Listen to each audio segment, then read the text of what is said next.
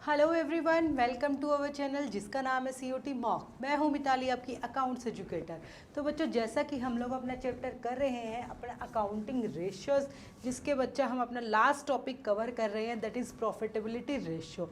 Profitability ratio को बच्चा हमने जितनी भी रेशियोज थी, ये 10 रेशियो, इसकी हम अपनी 3 रेशियो को कवर कर चुके, that is gross profit ratio, then operating ratio and then थी हमारी ऑपरेटिंग प्रॉफिट रेशियो। आज हम इसकी बाकी की 2-3 रेशियोज और कवर करते हैं। तो चलिए शुरू करते हैं अपनी नेक्स्ट रेशियो, जो कि रहेगी आपकी नेट प्रॉफिट रेशियो। ठीक है, जिस तरीके से बच्चा हम लोग कैलकुलेट करते हैं हमारी gross profit ratio. Gross profit कहाँ से निकलता है आपको पता है, ट्रेडिंग अकाउंट से। हम उसको कंपैरिजन कर लेते हैं रिवेन्यू फ्रॉम ऑपरेशंस के साथ। उसी तरीके से नेट प्रॉफिट निकलता है बच्चा हमारा प्रॉफिट एंड लॉस अकाउंट से, और उसको हम कंपैरिजन करते हैं अपने रिवेन्यू फ्रॉम ऑपरेशंस के साथ या फिर सेल्स के साथ। डन। तो बेसिकली उसने मेजर ग्रॉस प्रॉफिट रेशियो ने किया था ग्रॉस मार्जिन, ऑपरेटिंग प्रॉफिट ने किया था कितना ऑपरेटिंग प्रॉफिट होता है सेल्स के मुकाबले, और यहाँ पे नेट प्रॉफिट कैलकुलेट करेगा भाई हमें कितना नेट प्रॉफिट होता है पूरा अपनी सेल्स के अगेंस्ट। डन। तो देखिए, it relates revenue from operations to net profit after operational as well as non operational expenses and income. आपको पता ही है बच्चा, नेट प्रॉफिट कब निकलता है, जब आपने ग्रॉस प्रॉफिट को ट्रांसफ़र करा प्रॉफिट एंड लॉस अकाउंट में, और उसमें से सारे आपके operating expenses, non operating expenses को माइनस किया, और सारी नॉन ऑपरेटिंग इनकम भी उसमें ऐड की। मीन्स एट लास्ट हमारे बिजनेस के पास कितना प्रॉफिट बचा सारे एक्सपेंसेस करने के बाद, चाहे वो ऑपरेटिंग हो चाहे वो नॉन ऑपरेटिंग हो, सारी इनकम अर्न करने के बाद, चाहे वो ऑपरेटिंग हो चाहे वो नॉन ऑपरेटिंग हो। तो एट लास्ट जो हमारा प्रॉफिट बचता है दैट इज कॉल्ड बचा हमारा net profit.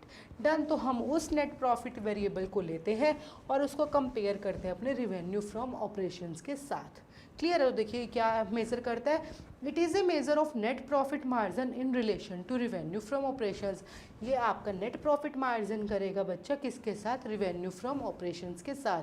Revenue from operations as you know हमेशा क्या लेना बच्चा, नेट रिवेन्यू लेना है। मीन्स अगर कोई सेल्स रिटर्न आती है तो आपको उसको कैलकुलेट उसको भी एडजस्ट करना है। देन नेट प्रॉफिट रेशियो का क्या फॉर्मूला रहेगा बच्चा, वही same, net profit divided by revenue from operations into 100% में हमारी ये रहेगी। अब बेसिकली बात रहती है रिवेन्यू फ्रॉम ऑपरेशंस, तो आपको पता ही है कैसे कैलकुलेट करना है। रिवेन्यू फ्रॉम ऑपरेशंस माइनस अगर कोई सेल्स रिटर्न है तो उसको माइनस कर देना है। मेन बात आती है नेट प्रॉफिट की। जो नेट प्रॉफिट लेना है वो कौन सा प्रॉफिट लेना है भैया, जो नेट प्रॉफिट लेना है वो लेना है profit after tax. Profit after tax, ध्यान रखिएगा, हमने जब एक इंटरेस्ट कवरेज रेशियो की थी बच्चा, हमने वहाँ पे लिया था net profit before interest and tax. यहाँ पे हम आफ्टर इंटरेस्ट और उसके बाद जब हम उस पर टैक्स पे कर देंगे तो जो अब बचेगा वो रहेगा हमारा नेट प्रॉफिट। तो बिल्कुल सारे एक्सपेंसेस इसमें से हमने हटा देने हैं, बिल्कुल ज़रूर ध्यान रखिएगा। नेट प्रॉफिट में हम कौन सा प्रॉफिट लेंगे बच्चा, प्रॉफिट आफ्टर टैक्स। सारे इंटरेस्ट और सारा टैक्स पे करने के बाद अब जो प्रॉफिट बचेगा उसके साथ हम अपनी नेट प्रॉफिट रेशियो को कैलकुलेट करेंगे।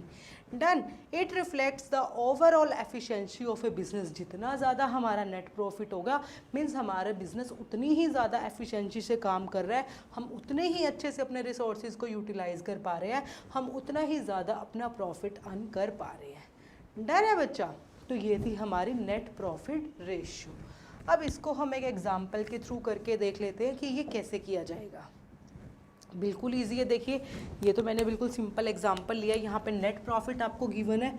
बेसिकली अगर आपको डायरेक्ट गिवन है और कोई इन्फॉर्मेशन ही गिवन नहीं है तो ये कौन सा प्रॉफिट हुआ, net profit after interest and tax. तो it will be 21,500 divided by 2 lakhs into 100। तो ये हमारा कितना आ जाएगा बच्चा, हम इसको कैलकुलेट करके देख लेते हैं। ये हमारा आएगा 21,500 divided by 2 lakh into 100, that is 10.75%। Means हमारी सेल्स के अगेंस्ट हम नेट प्रॉफिट कितना अर्न कर पा रहे हैं बच्चा, 10.75%। डन। तो इस तरीके से हमें ये कैलकुलेट करना है।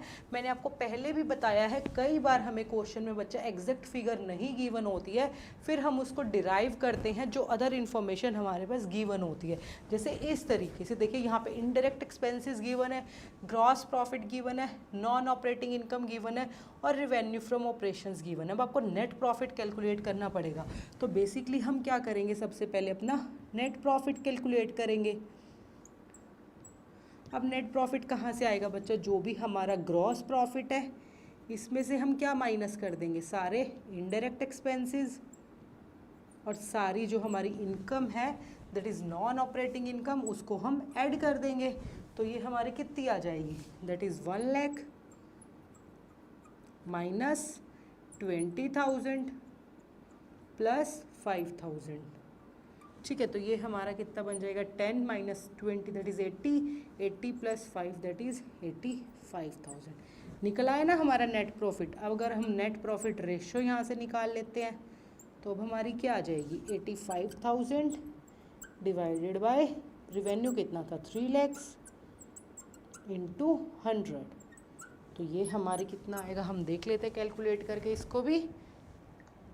तो it will B 85,000 divided by 3 lakhs into 100 that is 28.33%। ठीक है बच्चा, तो आपको हमेशा ये फिगर्स डिराइव करनी आनी चाहिए। नॉर्मली मैं आपको बार बार बोल रही हूँ कि हम +1 क्लास से सीखते आ रहे हैं, फिर भी आपको ये फॉर्मूले वगैरह की कैसे कैलकुलेट करना है ये पता होना चाहिए, क्योंकि कई बार एग्जैक्ट फिगर नहीं गिवन मिलेगी बच्चा, आपको एग्जाम में वो डिराइव करनी पड़ेगी कैसे ना कैसे करके। ठीक है, अगर क्वेश्चन में कोई ना कोई इन्फॉर्मेशन गिवन है तो ध्यान रखिएगा, ऐसा नहीं होगा कि आप वहाँ से कुछ ना कुछ डिराइव नहीं कर सकते, आप कोई ना कोई फिगर डिराइव कर सकते। क्या पता आपको सी कैलकुलेट करना हो और फिगर में ए गिवन है, बट ए से बी आएगा, बी से सी आएगा, तो ए से आप बी कैलकुलेट करेंगे, फिर बी से सी कैलकुलेट हमें करना है। तो इस तरीके से आपको कैसे कोई फिगर जो आपको चाहिए, जो रेशियो आपको निकालनी है या फिर जो भी वेरिएबल हमें चाहिए, वो किसी भी तरीके से आप कैलकुलेट कर सकते हैं। तो हमें कैलकुलेट करना आना चाहिए। डन। तो ये थी बच्चा हमारी नेट प्रॉफिट रेशो, बिल्कुल सिंपल है, जैसे हमारी ग्रॉस प्रॉफिट रेशो थी और जैसे हमारी ऑपरेटिंग प्रॉफिट रेशो थी। डन। अब आ जाते हैं अपनी नेक्स्ट रेशो पे। नेक्स्ट रेशो है बच्चा हमारे रिटर्न ऑन कैपिटल एम्प्लॉयड और इन्वेस्टमेंट। मीन्स हमने बिजनेस में जो पैसा इन्वेस्ट करा है, जो कैपिटल हमने लगाई है, हमें उस पर कितना रिटर्न मिल रहा है, हम ये कैलकुलेट करते हैं। क्लियर है। अब बिजनेस में आपने कितना पैसा लगाया, उसके ऊपर हमें क्या मिल रहा है, कितना रिटर्न हमें मिल पा रहा है, हम वो यहाँ से कैलकुलेट करते हैं। कौन सी रेशो से, return to on capital employed, या फिर हम उसको अपनी इन्वेस्टमेंट भी बोल सकते हैं। तो देखिए, it explains the overall utilization of funds by business enterprise. Means ये हमें ये बताता है कि एक बिजनेस ने अपने सारे रिसोर्सेज को कैसे यूटिलाइज किया है, ओवरऑल उसने क्या यूटिलाइज करा और उसके पास अब क्या निकला है। ठीक है, तो return on investment is equal to profit before interest and tax. ये ध्यान रखिएगा बच्चा, कहाँ पे आपको बिफोर इंटरेस्ट एंड टैक्स लेना है और कहाँ पे आपको आफ्टर इंटरेस्ट एंड टैक्स लेना है। देखिए, यहाँ पे हमने लिया था नेट प्रॉफिट में आफ्टर इंटरेस्ट एंड टैक्स, लेकिन जब हम रिटर्न ऑन कैपिटल एम्प्लॉयड निकाल लेंगे तो बच्चा हम लेंगे अपना profit before interest and tax, जो कि हम अपना इंटरेस्ट कवरेज रेशियो में भी लेते हैं। डन। तो आपको पता होना चाहिए किस रेशो में आपको आफ्टर इंटरेस्ट एंड टैक्स लेना है, किस रेशो में आपको बिफोर इंटरेस्ट एंड टैक्स लेना है। ठीक है, तो देखिए, profit before interest and tax divided by capital employed into 100। बिल्कुल इजी है। कैपिटल एम्प्लॉयड मैंने आपको पहले भी 2-3 बार बता दिया है हम कैसे कैलकुलेट करते हैं, फिर भी यहाँ मैंने लिखा हुआ है। देखिए, कैपिटल एम्प्लॉयड कौन से हो गए, long term funds employed in the business and include share holder funds, debentures और कोई भी अगर हमारे लॉन्ग टर्म लोन है, मीन्स हमारी नॉन करंट लाइबिलिटीज़ है। देन कैपिटल एम्प्लॉयड को हम और कैसे कैलकुलेट कर सकते हैं, non current assets plus current assets minus का करंट लाइबिलिटीज़, ये हमने पहले भी आपको बताया है। ठीक है, देखिए फिर से लिखा, profit refers to profit before interest and tax. ये ज़रूर ध्यान रखिएगा, कई बार हम मिस्टेक कर देते हैं, हम आफ्टर इंटरेस्ट एंड टैक्स वाला प्रॉफिट ले लेते हैं, जिसकी वजह से क्वेश्चन गलत हो जाएगा। ठीक है, it measures the return on capital employed in the business. ये क्या मेज़र करेगा कि हमें अपनी कैपिटल जो हमने बिजनेस में लगाई है उस पर कितना रिटर्न मिल रहा है। It helps in assessing whether the firm is earning a higher return on capital employed as compared to interest rate paid. Basically जितना ज़्यादा हमें रिटर्न मिल रहा है उतनी अच्छी बात है, तो हम कंपैरिजन कर सकते हैं भाई जितना हम इंटरेस्ट पे कर रहे हैं क्या उससे ज़्यादा हमें रिटर्न मिल रहा है नहीं मिल रहा है। अगर मैं 10% का इंटरेस्ट पे कर रही हूँ क्या मुझे उससे ज़्यादा अबव 10% का रिटर्न मुझे मिल रहा है नहीं मिल रहा है। अगर मिल रहा है तो बहुत अच्छी बात है। ठीक है बच्चा, तो इसको कैसे कैलकुलेट कर लेते हैं हम वो भी देख लेते हैं एक बार कैलकुलेट करके। देखिए मेरे पास यहाँ पे क्वेश्चन है बच्चा, शेयर होल्डर फंड्स गिवन है हमें, non current liabilities, non current assets and net profit before interest and tax. ठीक है, तो अब आप क्या कैलकुलेट करोगे बच्चा, आपकी कैपिटल एम्प्लॉयड। ठीक है, तो देखिए हम यहाँ पे पहले एक बार कैपिटल एम्प्लॉयड कैलकुलेट कर लेते हैं। कैपिटल एम्प्लॉयड मीन्स आपने बिजनेस में कितना पैसा लगा रखा है, तो share holder funds plus non current liabilities that is 270। हम कैसे भी निकाले बच्चा हमारा सेम आना चाहिए, और non current liabilities that is 130। तो ये आ गया बच्चा हमारा 2 + 1 3 70 + 30 दैट इज 4 लाख रुपीज़। ठीक है, हमारी कैपिटल एम्प्लॉयड है। Net profit before interest and tax हमारे पास ऑलरेडी है। Net profit interest and tax हम लेंगे यहाँ पे 80,000 डिवाइडेड बाय बच्चा कितना लेंगे हम 4 लाख इंटू 100। तो ये हमारा कितना आएगा 30 यहाँ से कट होगी दैट इज़ 20%। मीन्स हमें कितना रिटर्न मिल रहा है अपनी कैपिटल को लगाने के बाद उस पर 20% का रिटर्न मिल रहा है। ठीक है, ये हमने कैपिटल एम्प्लॉयड कैलकुलेट कर ली। यहाँ पे जो और इन्फॉर्मेशन थी अगर आप ये यूज़ ना करके क्या यूज़ कर सकते थे, जो कि हमारी नॉन करंट एसेट्स थी प्लस आपकी करंट एसेट्स थी माइनस हमारी current liabilities that is 180। Same figure आएगी बच्चा आपकी 4 लाख। देखिए 340 + 240 कितना हो गया 580। 580 में से 180 गया दैट इज़ 4 लाख। ठीक है, जो आपकी कैपिटल एम्प्लॉयड है या चाहे आप इस तरीके से कैलकुलेट करें चाहे आप इस तरीके से कैलकुलेट करें हमेशा हमारी सेम आएगी। तो कई बार जैसे यहाँ तो क्वेश्चन है बच्चा दोनों तरीके से गिवन था, कई बार क्वेश्चन में नॉर्मली आपको एक ही तरीके से गिवन मिलेगा, तो इसलिए आपको दोनों फॉर्मूला पता होना चाहिए। Share holder funds plus long term debts plus आपकी non current assets plus total या फिर करंट एसेट्स या फिर जिसको आपने बोलते हैं टोटल एसेट्स, जितनी भी हमारी टोटल एसेट्स थी उसमें से आप करंट लायबिलिटीज़ को माइनस कर दीजिए तो आपके पास आ जाएगा बच्चा हमारा कैपिटल एम्प्लॉयड। डन। तो इस तरीके से हमें ये रेशियो कैलकुलेट करनी है। कैपिटल एम्प्लॉयड निकल गई, net profit before interest and tax हमें गिवन था। इन केस अगर आफ्टर इंटरेस्ट एंड टैक्स हमें गिवन होता है तो आप उसको भी मैनेज करेंगे, टैक्स उसमें प्लस कर देंगे फिर उसमें इंटरेस्ट प्लस कर देंगे, आपका आ जाएगा net profit before interest and tax. Clear है बच्चा, बिल्कुल ईजी रेशियो है, कुछ भी मुश्किल नहीं है इनमें। तो ये थी हमारी रिटर्न ऑन कैपिटल एम्प्लॉयड। अब हम अपनी नेक्स्ट रेशियो देख लेते हैं। नेक्स्ट है बच्चा हमारी शेयर होल्डर फंड्स पे। जिस तरीके से आपने कैलकुलेट किया कि कितनी इन्वेस्टमेंट हमने की थी उस पे हमें क्या रिटर्न मिला, तो शेयर होल्डर फंड्स बेसिकली जो शेयर होल्डर्स ने पैसा लगा रखा है उनको उसके ऊपर क्या रिटर्न मिल रहा है वो ये चीज़ कैलकुलेट करेगा यहाँ से, that is return on share holder funds. तो देखिए this ratio helps in assessing whether the investment of the share holders in A firm generates A reasonable return और नॉट टू देम। बेसिकली मैंने अगर एक firm में पैसा लगा रखा है तो मैं यही देखूंगी ना कि मुझे कितना रिटर्न मिल रहा है, तो वही चीज़ यहाँ से शेयर होल्डर्स कैलकुलेट करते हैं। भैया को उन्हें अच्छा रिटर्न मिल रहा है अपने शेयर होल्डर फंड्स जो उन्होंने फंड इन्वेस्ट कर रखे हैं कंपनी में, तो शेयर होल्डर को एक रीजनेबल रिटर्न का एक अच्छा रिटर्न मिल रहा है कंपनी से या नहीं मिल रहा है, तो वो कैसे कैलकुलेट करते हैं वो देखिए। लास्ट सबसे पहले पढ़ते हैं return on share holder funds is equal to profit after tax. आपको भी पता है बच्चे शेयर होल्डर्स को क्या मिलता है, डिविडेंड मिलता है, या पढ़ते हुए आ रहे हैं। शेयर होल्डर्स को डिविडेंड कब मिलता है, जब आप इंटरेस्ट की पेमेंट कर चुके हो और साथ ही साथ आप टैक्स पे कर चुके हो। टैक्स के बाद जो प्रॉफिट बचता है वो जाता है सारा शेयर होल्डर्स को, ठीक है। तो return on share holder funds जब हम कैलकुलेट करेंगे तो कौन सा प्रॉफिट यूज़ करेंगे, प्रॉफिट आफ्टर टैक्स। क्लियर है, ऑटोमेटिकली सी बात है ना, शेयर होल्डर्स को जो रिटर्न जाएगा कहाँ से जाएगा, जो टैक्स के बाद प्रॉफिट हमारे पास हाथ में बचेगा, तो कौन सा प्रॉफिट यूज़ होएगा, profit after tax divided by share holder funds into 100। ठीक है, अब सेकंड पॉइंट पे आ जाते हैं। It should be higher than return on investment, मतलब जो हमारा इन्वेस्टमेंट पर रिटर्न है उससे ये ज़्यादा होना चाहिए, otherwise it would imply that company funds have not been employed profitably. अगर शेयर होल्डर्स को रिटर्न इन्वेस्टमेंट जो रिटर्न मिल रहा है उससे ज़्यादा नहीं आता है तो बेसिकली ये माना जाता है कि जो हमने कैपिटल लगाई है बिजनेस में वो हम अच्छे से यूटिलाइज नहीं कर रहे हैं। तो normally return on share holder fund should be higher than the return on investment. Clear है बच्चा? इसको एक और नाम से बोला जाता है, ये भी आपको ज़रूर पता होना चाहिए, it is also known as return on net worth. जैसे return on share holder funds, जैसे अभी हमने पढ़ा ना रिटर्न ऑन कैपिटल एम्प्लॉयड, उसको हम क्या बोल देते हैं, रिटर्न ऑन इन्वेस्टमेंट भी बोल देते हैं। तो सेम इसी तरीके से return on share holder funds को क्या बोला जाता है बच्चा, नेटवर्थ।